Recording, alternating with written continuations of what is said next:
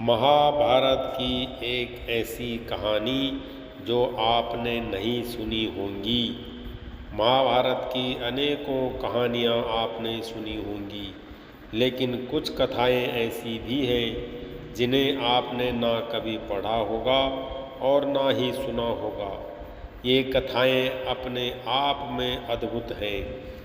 आज इस पौराणिक कथा में हम आपको सुनाएंगे कि एक कहानी जब हनुमान जी ने भीम को अपने शरीर के 3 बाल दिए। जानिए क्यों। पांडवों ने श्री कृष्ण की मदद से कौरवों पर विजय प्राप्त कर ली थी। अब हस्तिनापुर का राज्य पांडवों के अधीन था। धर्मराज युधिष्ठिर राजा बने थे। न्याय और धर्म की प्रतिमूर्ति महाराज युधिष्ठिर के राज्य में सब कुशल मंगल था। समस्त हस्तिनापुर आनंदमयी जीवन व्यतीत कर रहा था। कहीं कोई किसी प्रकार का दुख न था। एक दिन नारद मुनि राजा युधिष्ठिर के पास आए और कहा कि महाराज, आप यहाँ वैभवशाली जीवन जी रहे हैं, लेकिन वहाँ स्वर्ग में आपके पिता बड़े ही दुखी हैं। युधिष्ठिर ने नारद मुनि से पिता के दुखी होने का कारण पूछा तो उन्होंने बताया कि पांडु का सपना था कि वो राज्य में एक राजसूय यज्ञ करवाएं, लेकिन वो अपने जीवन काल में नहीं करा पाए। बस इसी बात से दुखी हैं। तब युधिष्ठिर ने अपने पिता की शांति के लिए राजसूय यज्ञ करने का फैसला लिया। इस यज्ञ में वो ऋषि पुरुष मृगा को बुलाना चाहते थे। ऋषि पुरुष मृगा भगवान शिव के परम भक्त थे।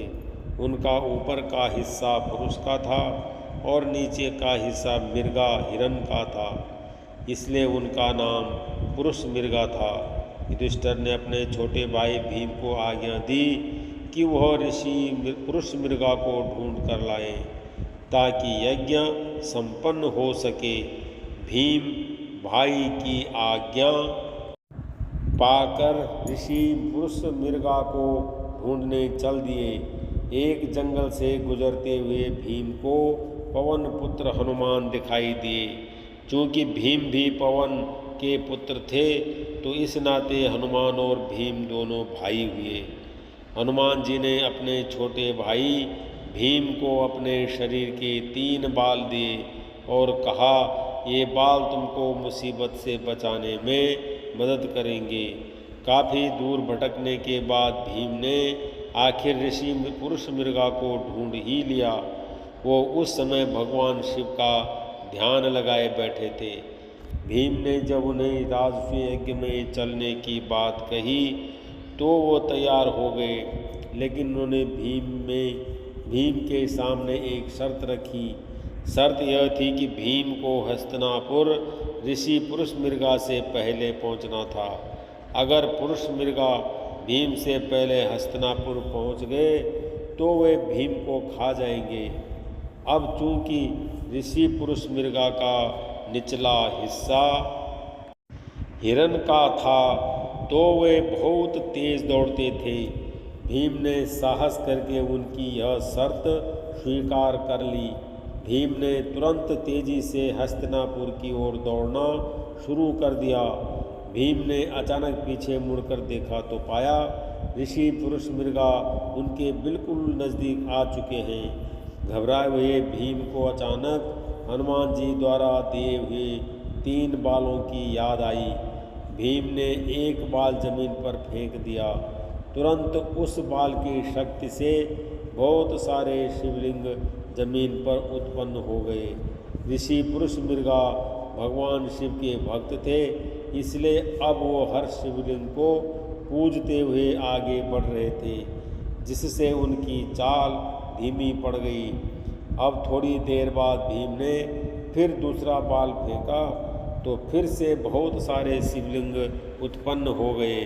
इसी तरह भीम ने ऋषि पुरुष मृगा को पीछे रखने के लिए एक एक कर 3 बाल फेंक दिए। लेकिन जैसे ही भीम महल में घुसने ही वाले थे, तभी पुरुष मृगा ने उनके पांव पीछे से खींच लिए और भीम के पांव महल से बाहर ही रह गए। अब पुरुष मृगा भीम को खाने के लिए जैसे ही आगे बढ़े, तुरंत वहाँ राजा युधिष्ठिर और भगवान कृष्ण आ गए। तब ऋषि पुरुष मृगा ने युधिष्ठिर से कहा कि अब आप ही न्याय करें। राजा युधिष्ठिर ने अपना फैसला सुनाया कि भीम के पांव ही महल से बाहर रहे थे, इसलिए आप भीम के सिर्फ पैर खा सकते हैं। युधिष्ठिर के इस न्याय से पुरुष मृगा बेहद खुश हुए और उन्होंने भीम को जीवन दान दिया।